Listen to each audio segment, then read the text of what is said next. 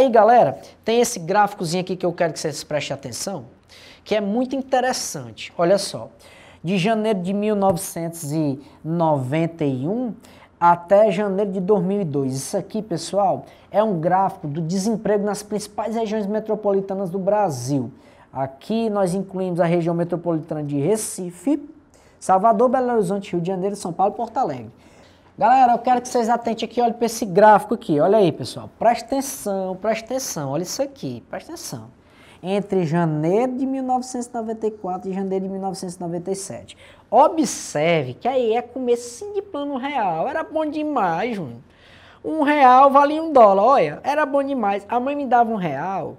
Eu corria lá na bodega do Pedro Filho e comprava um pirulito do Zorro. É um novo pirulito do Zorro. Eu comprava um pirulito do Zorro, comprava uma grapete e um biscoito recheado com R$1. Vai comprar isso aí com R$1 pra tu ver hoje? Compra não, macho.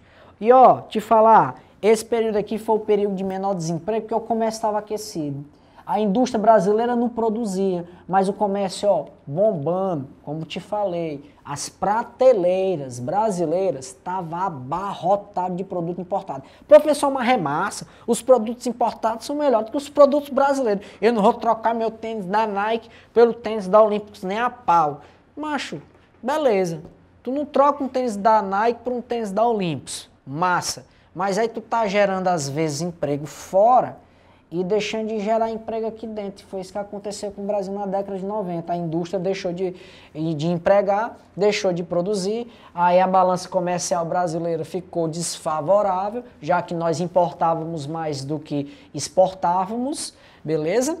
Nossas privatizações serviu basicamente para amortizar a dívida pública e, obviamente, tentar segurar aí o endividamento público, dada a taxa de juros que o Brasil tinha que segurar, porque senão o monstro da inflação voltava e quebrava o plano real. E galera, olha só, essa observação aqui você tem que levar para sua prova.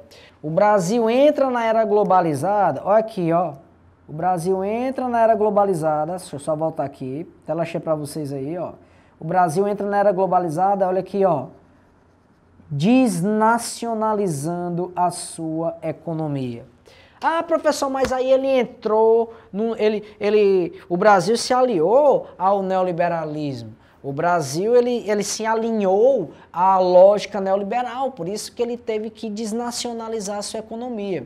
Bom, galera, o grande problema é que a desnacionalização da economia brasileira veio junto com a desindustrialização da economia brasileira. Eu vou repetir para ti, tá bom? Vamos lá. O grande problema da desnacionalização da economia brasileira é que junto com essa desnacionalização, nós tivemos a desindustrialização da economia brasileira.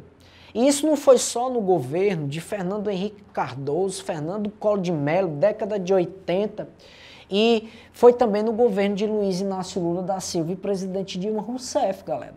Tá bom? Então, sem ideologia, sem partidarismos à parte, houve uma irresponsabilidade muito grande dos gestores da economia brasileira, dos respectivos ministros da Fazenda, ministros da Indústria, Comércio Exterior, em não se preocupar, em não dar uma atenção maior para a reativação da produção industrial brasileira. E eu te explico por quê. Eu quero que tu me diga, macho, qual é o país, a potência econômica hoje, qual é a potência econômica global hoje, do qual o seu tripé macroeconômico, a sua matriz produtiva, ela se baseia, ela está embasada apenas em produção de soja, milho, carne bovina, carne de frango, ferro, bauxita, casterita, estanho, nióbio, grafeno. Eu quero que tu me diga qual é o país, potência, que constrói uma balança comercial favorável e um superávit primário, ó, show de bola, apenas exportando commodity. Se tu me disser, macho, eu peço pra sentar e saio. Não tem, macho. Não tem, ó. Vou te mostrar esse gráfico aqui e presta atenção, ó. Presta atenção. Fica comigo aí na tela aí, ó. Vou te mostrar esse gráfico aqui, ó. Presta atenção. Esse gráfico aqui, tela cheia aí, ó. Balança comercial. Ó a fonte, Banco Central, Ministério do Desenvolvimento, Indústria, Comércio Exterior. Como eu lhe falei, aqui não tem fake news, meu chapa. Aqui a gente trabalha com fonte segura, tá bom? Olha só o gráfico. Pessoal, de 1994, governo Fernando Henrique Cardoso, início do governo Fernando Henrique Cardoso, até o ano de 2014, governo da presidente Dilma. Olha só, eu quero que você atente para isso aqui, ó. De 1994, olha o gráfico, presta atenção. De 1994, quero que você preste atenção aqui e quero que você preste atenção aqui, galera, ó. Por que, professor, essa janela de tempo aqui, você está pedindo para prestar atenção? Porque tudo isso aqui é governo FHC, período de governo Fernando Henrique Cardoso, período de instituição de um neoliberalismo mais aflorado aqui no Brasil. Maiores concessões, mais privatizações. Agora, observa aqui, a linha laranja é a linha de importação, beleza? Observe que as importações, elas ou superam as exportações em grande parte do governo Fernando Henrique Cardoso, ou então fica aqui lá naquele mesmo patamar. Observe. Agora olha aí as exportações, galera, que é a linha azul escura, essa linhazinha aqui, ó. As exportações, o que o Brasil vende para outros países, exportar, vender para outro país. Observe que as exportações estão abaixo das importações. Mas aí se tu for analisar o gráfico de balança comercial dos Estados Unidos, da China, do Japão, tu vai ver que essa linhazinha aqui da importação, ela sempre vai estar bem mais baixa no gráfico do que as linhas de exportações. É porque eu não coloquei aqui para vocês, mas próximo eu coloco, não tem problema não. Por quê? Porque todo país, mesmo numa economia globalizada, que tem amor à sua balança comercial, ele tem indústria forte. Ele não baseia sua economia só em produção de commodity. Beleza?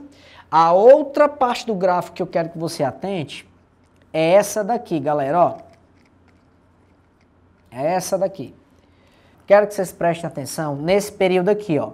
De 2003, tá aqui, ó, até entre ano 2009, 2010, tá vendo? Galera, aqui era governo o quê? Aqui era governo Lula. Vixe, lá vem falar do PT. Lá se vem falar dos Petralha. O professor é de esquerda comunista, macho, pelo amor de Deus, abre tua cabeça. Que eu não tô falando de partido político e nem de ideologia, não. Estou falando de Brasil e seu papel na economia global. Olha aqui o gráfico, o que o gráfico está falando. O gráfico é do Banco Central, Ministério do Desenvolvimento e Comércio Exterior. O gráfico está mostrando uma quantidade de exportação superior às importações. Vamos lá. Professor, como é que isso foi possível no governo Lula? Eu te explico. Tela cheia para você. Vamos lá. A partir do ano de 2003,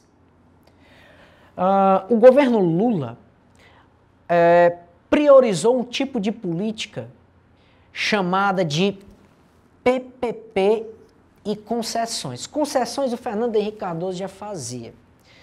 Mas as PPPs aqui no Brasil era muito difícil de acontecer, era muito restrito.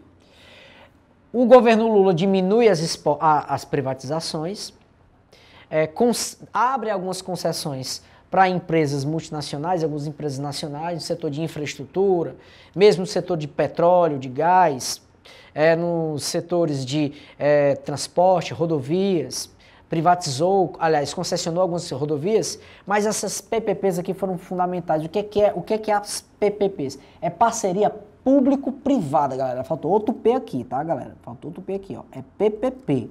Deixa eu só apagar aqui, ó. É PPP. PPPs. Parcerias público-privadas.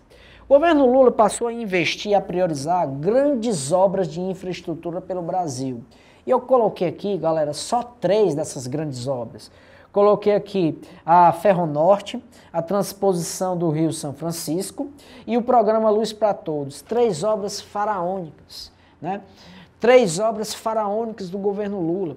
todas de infraestrutura, ou energética ou de transporte, mas várias outras obras de infraestrutura pelo Brasil, nos programas PAC 1 e PAC 2, foram desenvolvidas em território nacional, priorizando assim o desenvolvimento de uma indústria de construção civil pujante, que chegou a gerar 6 milhões de empregos entre os anos de 2004, entre os anos de 2005 e os anos de 2008. 2008, pessoal, foi 2008, em plena crise das subprimes, em plena crise das hipotecas, do setor imobiliário americano, o Brasil estava gerando emprego, macho, no setor de construção civil, porque essas grandes obras de infraestrutura, essas grandes empreiteiras, que inclusive estão relacionadas aí, envolvidas nos escândalos da Lava Jato, como a Odebrecht, a Queiroz Galvão, Camargo Corrêa, todas essas empresas tinham licitações com grandes obras de infraestruturas do governo federal e gerava-se muitos empregos dessa forma aqui no Brasil. Associado a isso, eu quero voltar aqui ao gráfico, olha só, associado a isso, eu quero voltar aqui ao gráfico, o governo Lula teve uma sorte medonha. Que sorte foi essa? O governo Lula pegou o período em que as commodities no mercado internacional estavam valorizadas. Ai, meu filho, foi uma mão na roda. Foi uma mão na roda. Apesar dos elevados gastos públicos no governo Lula e Dilma, governo Lula, apesar dos elevados gastos públicos no governo Lula, apesar do aumento da máquina pública no período de governo Lula, apesar do crescimento dos assistencialismos estatais no governo Lula, a alta das commodities e a indústria da construção civil aquecida no Brasil, conseguiu, galera, sustentar em grande momento do governo Lula essa chamada balança comercial favorável. Olha só, pessoal, balança comercial favorável, parece luz aos ouvidos de qualquer economista. Balança comercial favorável que o Brasil não tinha desde a década de 90, macho. Desde a década de 90 o Brasil não tinha balança comercial favorável e passou até no governo Lula. Ah, professor, mas ele foi corrupto. Aí é outros 500, se ele foi corrupto ou não, mas o fato é que no governo dele nós tivemos balança comercial favorável. Nós tivemos sucessivos superávites primários e não déficits orçamentários. Nós tivemos sucessivos superávites primários e não déficits orçamentários. Nós tivemos, sim, uma indústria de construção civil pujante, potente no Brasil. A pessoa se envolveu com corrupção. Claro, se envolveu em corrupção. Houve escândalos de desvio de verba, mas essas empresas empregaram. O trabalhador que está lá no canteiro de obras trabalhando, com a carteira assinada, ganhando salário mínimo, não quer saber se a empresa dele está envolvida em corrupção ou não, meu amigo. Ele quer saber se ele está trabalhando e ganhando o salário dele e consumindo todos os meses. Dessa forma, o governo Lula, em plena uma crise internacional de 2008, conseguiu sustentar a balança comercial brasileira como balança positiva, conseguiu manter superávit primário, conseguiu não aumentar a taxa de juros a níveis a espantar ou diminuir esses investimentos externos no Brasil e entregou o Brasil para Dilma, galera, numa condição de governo favorável, numa condição de economia favorável, né? E aí o que a Dilma fez com o Brasil, aí já é outros 500, já é outra história que será tema para aulas posteriores.